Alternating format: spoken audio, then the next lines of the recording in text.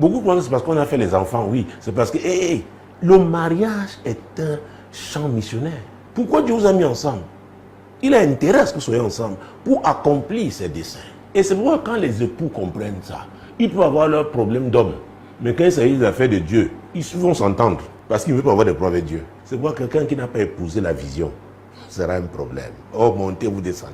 Dieu peut vous appeler, par exemple, à être, prenons ça, un commerçant, je ne sais pas, de tissus à Douala, mais vous allez vous installer à Yaoundé pour vendre les tissus. Vous êtes en train de vendre les tissus, mais vous n'êtes pas au lieu où Dieu vous attendait. Je vous assure, c'est complexe. Et quand je parle, j'insiste beaucoup sur les femmes parce qu'elles pensent trop à leur robe de mariage, à leur dragée, à la fête. Et quant aux hommes, ils voient déjà comment ils auront leurs femmes, comment leurs nuits seront colorées. Donc on est au niveau de la chair.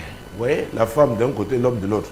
Parce que ne dites pas que je ne parle que de femmes. Non, les hommes aussi. Ils ne prennent pas le temps de s'asseoir avec Dieu. Seigneur, merci pour la femme que tu m'as montrée là. Gloire à toi, elle a accepté de devenir mon épouse. Mais qui est-elle, Seigneur? D'où vient-elle?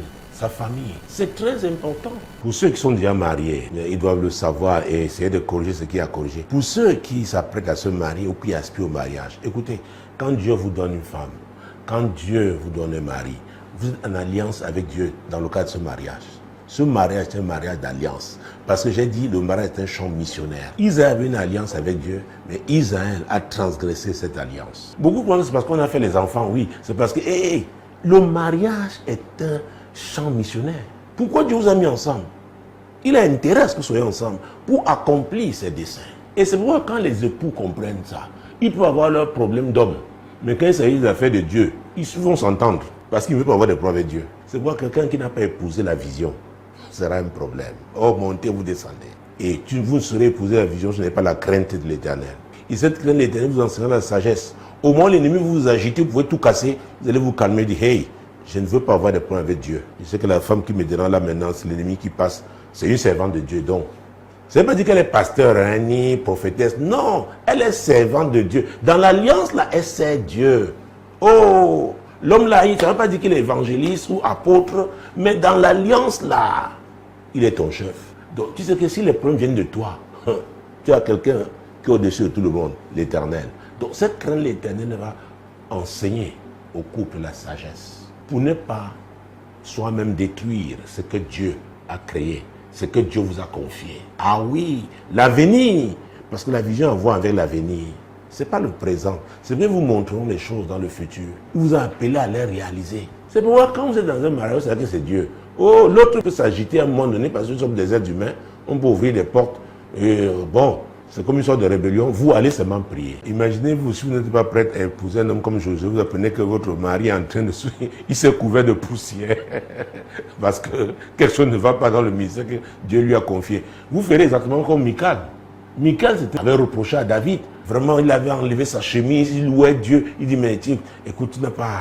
Non, ça ne va pas. Un roi qui fait comme ça, oh...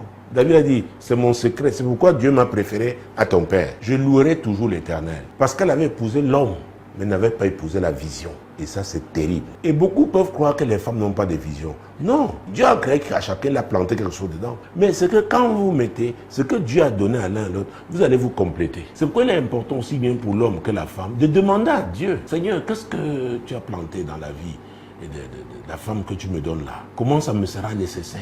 Comment je peux exploiter ça? Et si c'est l'homme, peut-être sera chargé, n'est-ce pas, du timing. Et ça, c'est très important. Parce que la Bible déclare qu'il y a un temps pour tout.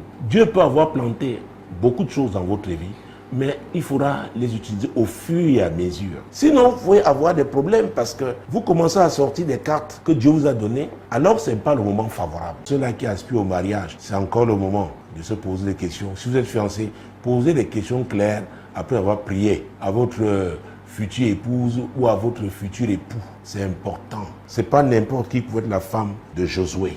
Dieu lui dit, c'est toi qui mettras ce peuple en possession du pays que j'ai juré à leur père de leur donner. Vous voyez, une haute responsabilité. Quelqu'un comme Josué, il ne sera pas toujours là à la maison, chaque moment. Alors, si vous avez toujours eu dans vos images, n'est-ce pas, dans vos rêves, Un homme qui est toujours avec vous le soir en train de prendre la dernière tasse de thé, vous avec votre robe de nuit en satin, avec une lumière, comment j'avais dit, tamisée dans votre chambre. Josué ne sera pas toujours là. Écoutez, ce n'est pas n'importe quelle femme qui peut être la femme d'un marin.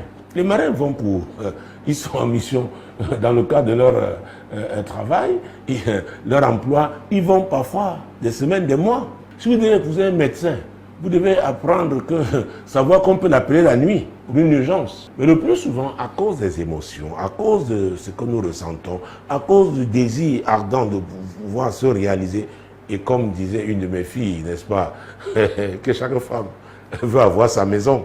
Alors, parce qu'elle pense déjà comment elle va mettre les rideaux, elle va décorer les tableaux, oui, c'est bien tout ça. Mais avant d'arriver à la décoration là, il faudrait qu'il y ait une base solide. Parce que la Bible déclare dans Somme 127, verset 1, que si l'Éternel ne bâtit la maison, ceux qui la bâtissent travaillent en vain.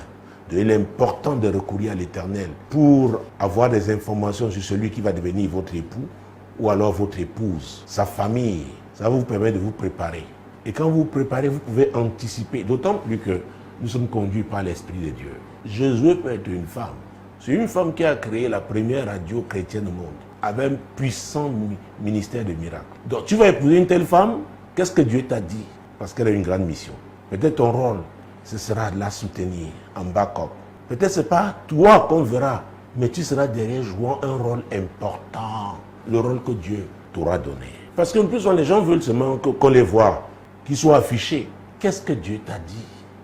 Vous savez, chaque mariage a sa spécificité. Et chacun son couloir. Parmi vous, il y en a qui aspirent au mariage. Peut-être il y en a même qui sont déjà fiancés. Donc il n'est pas tard. Il faut encore consulter Dieu. Là où tu vas là, tu vas où? Adam n'avait pas de beau-frère. Adam n'avait pas de belle-sœur. Donc prendre Adam seulement et Ève comme référence dans le monde-ci, ça ne tiendra pas la route. Aujourd'hui, si vous épousez une femme, vous devenez la femme d'un homme, vous avez votre belle-mère, si elle est vivante, votre beau-père, s'il est là, mon Dieu, vos beaux-frères, vos belles-sœurs. Donc, ça fait autant de personnes qui peuvent, n'est-ce pas, influer, n'est-ce pas, sur votre mariage. Donc, il est important d'avoir des informations, non seulement sur la personne, c'est-à-dire que l'homme-là qui veut vous épouser, ou la femme que vous voulez épouser, mais aussi, n'est-ce pas, sur sa famille. Et Dieu, en vous donnant ces informations, ce sera pour vous préparer à vivre les réalités de votre mariage.